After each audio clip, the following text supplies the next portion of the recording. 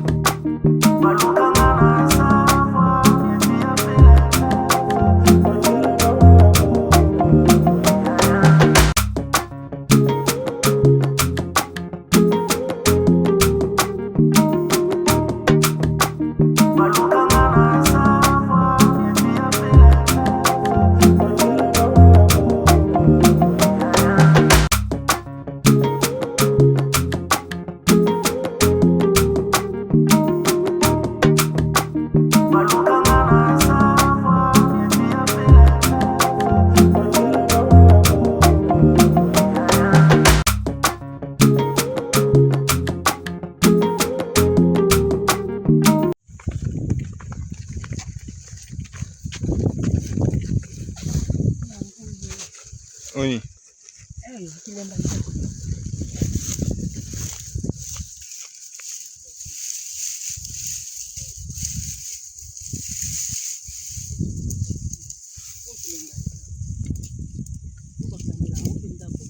Arrivé à grotte. C'est comme la grotte. Ah, tout le monde là, maman Bokoko. Ah, maman Nzete. Il y a des gens qui ont Nzete dans Nzete. Tambula mama banzeti la yena la boy banzeta boki na nzela la sabiso tous les nzeti na mama nzeti donc lipanga ya mo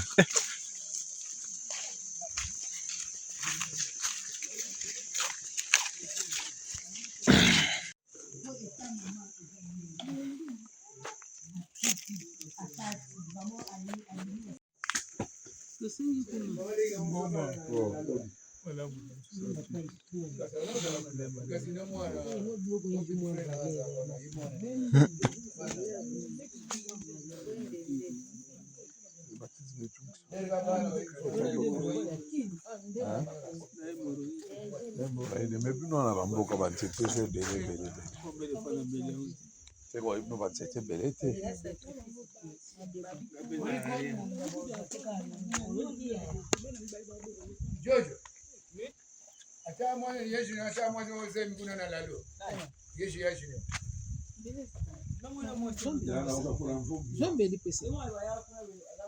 Mais enfin, Mélian. Boya grotte bolamba, biso to lamba. Grotte onde makambo to lamba. Ah, biso to lamba. Bilo boyaka ya jeune. Ya sec. Biso pa to lamba. Boanga na te, bo richima biso bino boyaka biso biso boyaka jeune na sec bolamba te. Biso to sec. To ena banjunju Boana to liaka bataba. Te, boyaka bataba. Mamla ya ka richimi. Toyaka te pa, to na bataba somo. Na yaka langa ba grosse mais grosse à tout wana vendredi ya kide somo. To dépense bataba tika. Yala ba exécuteur. To yala bataba. Na bouchon. Ah. Quand bouchon, comment il peut faire? Na bataba. Na bato ba gêner, tu banani ba salle prière bien.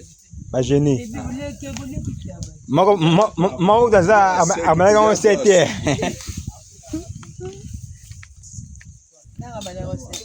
Yogo. Maman Sandra, bonjour.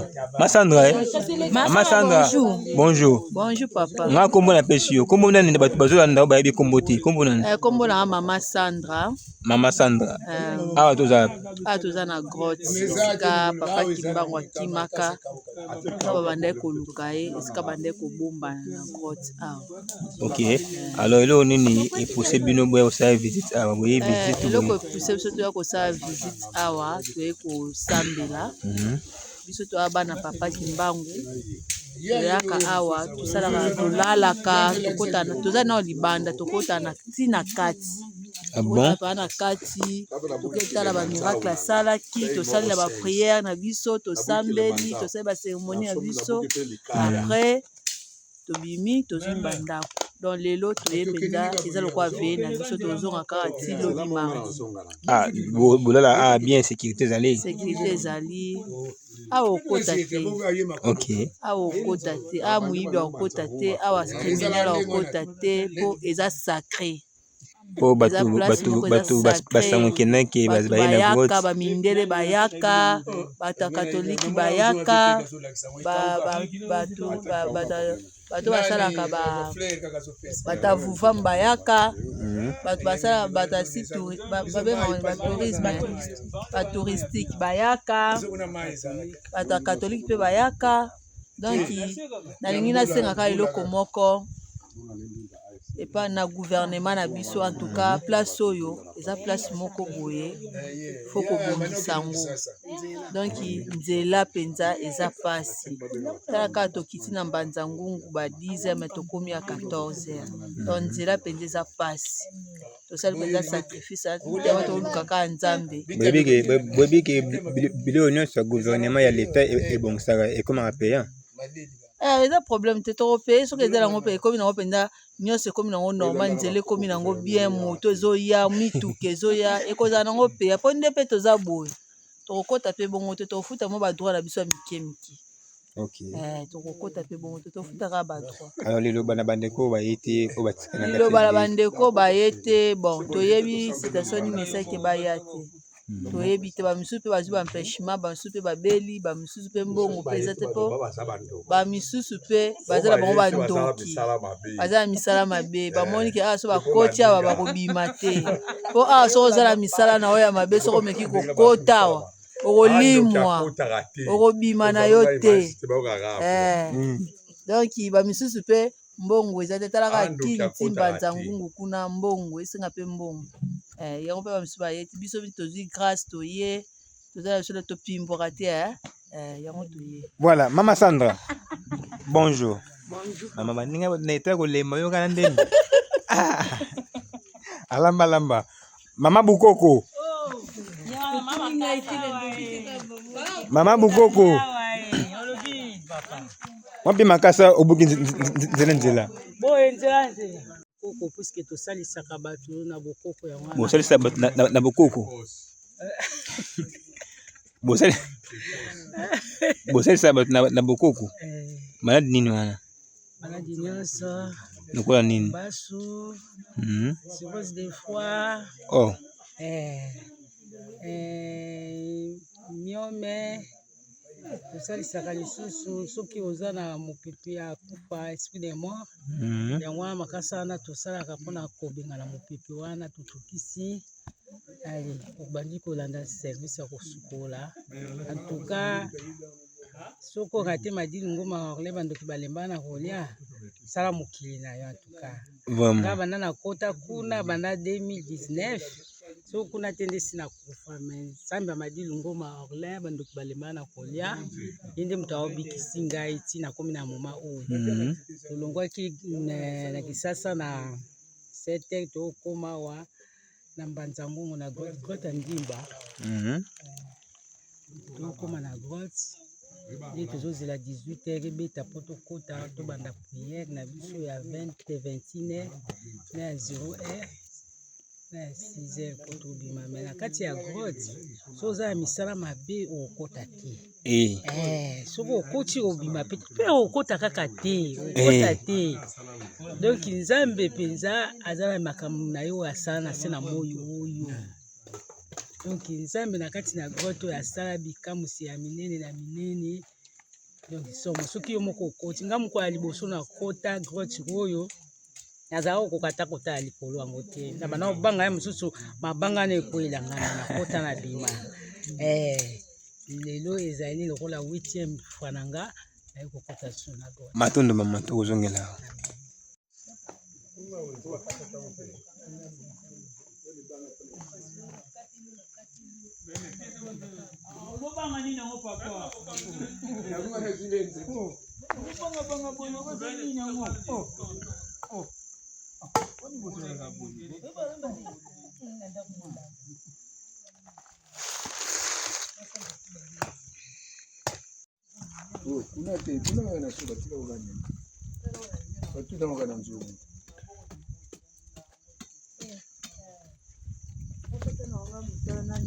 Konyi wana ndia yanga ndi mingi na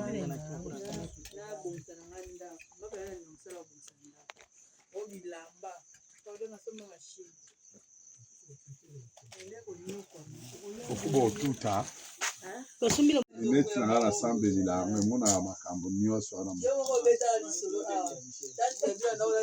yala ndaolata ba or bayo ya nini wanini oyo eza plastique yo bino yango te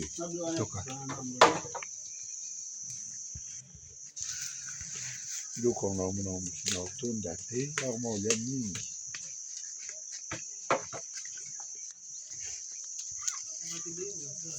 naotonda te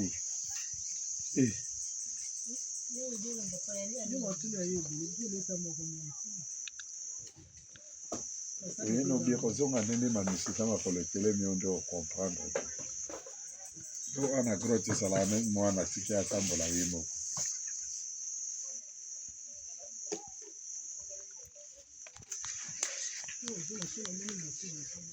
ozula motango akasomata mpe bangomba te motango ozolango awa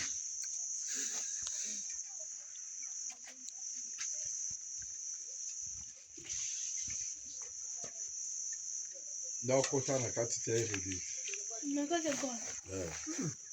combien de fois on doit 6 fois dakamna pa gode po yaraki grotte mutu yaraki lelo yaraki waskomba liboso na ozonga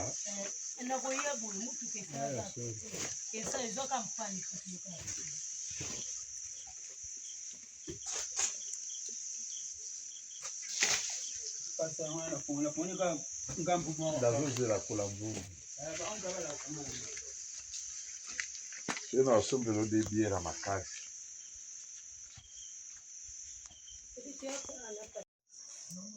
Ouais, la famille, j'espère que vous allez bien. Tout ça bon, on a 4 grottes.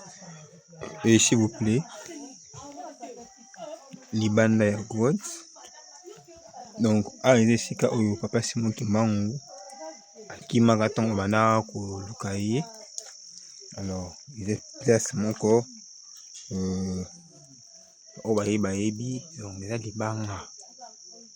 Tous à la coca na ma autorisation. Tout court na carte que nous visiter. Mais Libanda na yango te découvrir souk sia mai awa. Donc mai il m'a Libanga.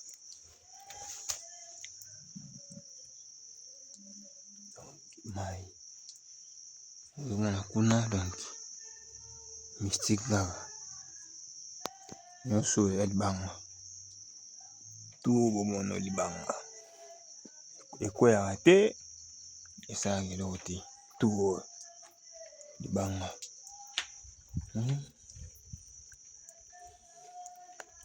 Toujours quand on est salbino biso awa lokuta elingaka te solo. Donc vérité na vérité tout automo na ngomba ya Libanga. Ndako ba chambre na kati.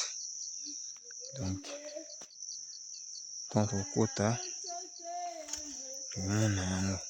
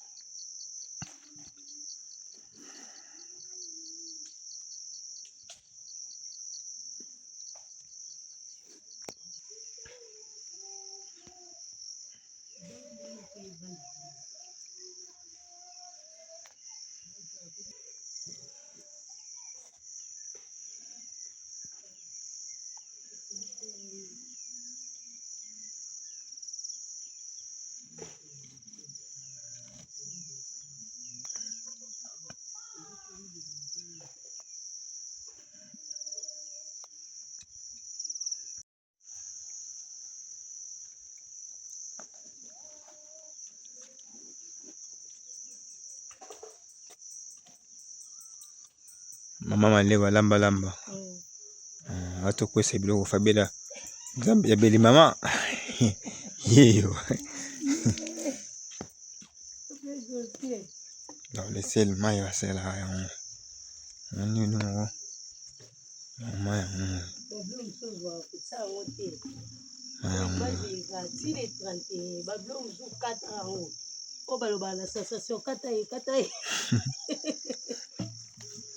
Mama, mayo jota.